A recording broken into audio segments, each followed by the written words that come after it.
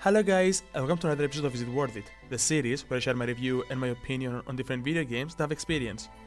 Today's video is about an indie game which I always wanted to buy, but I wasn't sure if the price tag was justifying the game, but recently I found it in a sale, and so I said why not. This game is none other than The Last Campfire. The Last Campfire is a puzzle adventure game developed by an indie studio called Hello Games, a studio which first debuted in the gaming industry with a series called The Joe Danger. Joe Danger had 3 different video games, but their most popular name is No Man's Sky, a game which I'm pretty sure everybody knows for good and for bad reasons. The Last Campfire, as of now, is their original 3rd IP, which was met with positive criticism. The game was developed by Hello Games themselves, and more specifically by a team consisting of only 3 employees, as the rest, according to them, were working on correcting No Man's Sky.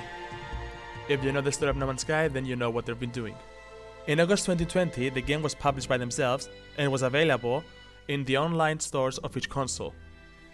The world of The Last Campfire is very mysterious.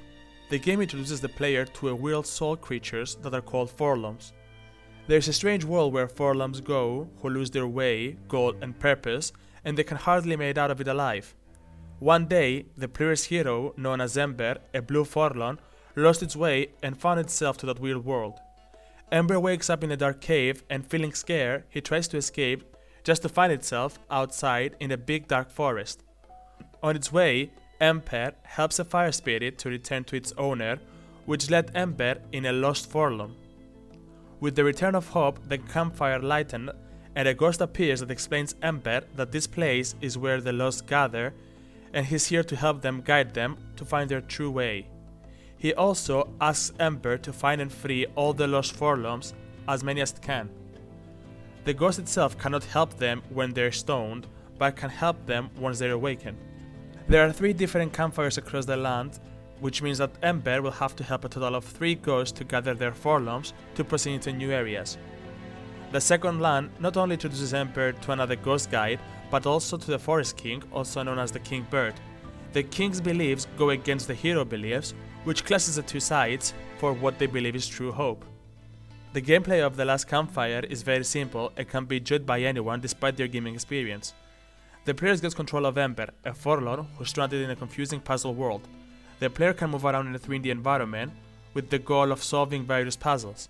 Some puzzles are made with the goal of unlocking more areas for the player to discover, while others are exclusive to Forlums. Some puzzles are easy, while others are hard. Puzzles in the world are available and require the player to find certain objectives in order to continue their way. Each campfire requires the player to release a certain amount of Forlums in order to proceed into a new area. Most fires require at least 5 or 6 Forlums and then offer a few more as optionals, which only reward the player with trophies. In order to free a Forlum, Ember has to maneuver around the map to reach a stone Forlum and press the interaction button. Upon interacting, Ember will enter the soul of the Forlum and the player will have to solve the puzzles and help Ember release the cage spark located at the end of the puzzle, or move around the area, solve the puzzle in order to make its way to the spark, grab it and return it back to reunite the spark with the stone Forlum. Upon succeeding any of the 2, the Forlum will wake up, thank the player and move towards the area's campfire. There's a lot of puzzles that some requires move specific items, some requires avoid the wind, some requires to light a fire and move it around without it turning off, and there's plenty of them, which trust me will keep the player introducing new concepts all the time. The game's collectibles are wondrous journals and diaries, however collecting them is completely optional, as they only reveal stuff about the world and do not count towards the 100% completion or the platinum trophy. If you want to know more, then you should open every single box. If you don't care about the game's world, then you just skip them. Overall, the game is unique and good looking. There are so many mysteries for the player to uncover and plenty of puzzles to test their brain power. The story of the game is its own mystery, as there are a lot of things happening or had happened from what the player gets to know. The music of the game is by far its weakest element, as some areas have little to none OSTs. For a game made out of 3 people, it's very good and plays smooth with various animations found in its size. The game can be 100% completed within the 4 to 5 hours, including trial and errors, and exploration to get the boxes. The game can also be found in various online sales of each individual platform, and in most times it has a very decent price tag. I hope you guys enjoyed the video. If you did, please leave a like and subscribe. For more information, you can always visit my website, where there's a deeper explanation for the game, its puzzles, and stuff like that.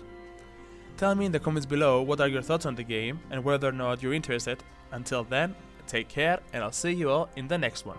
See ya!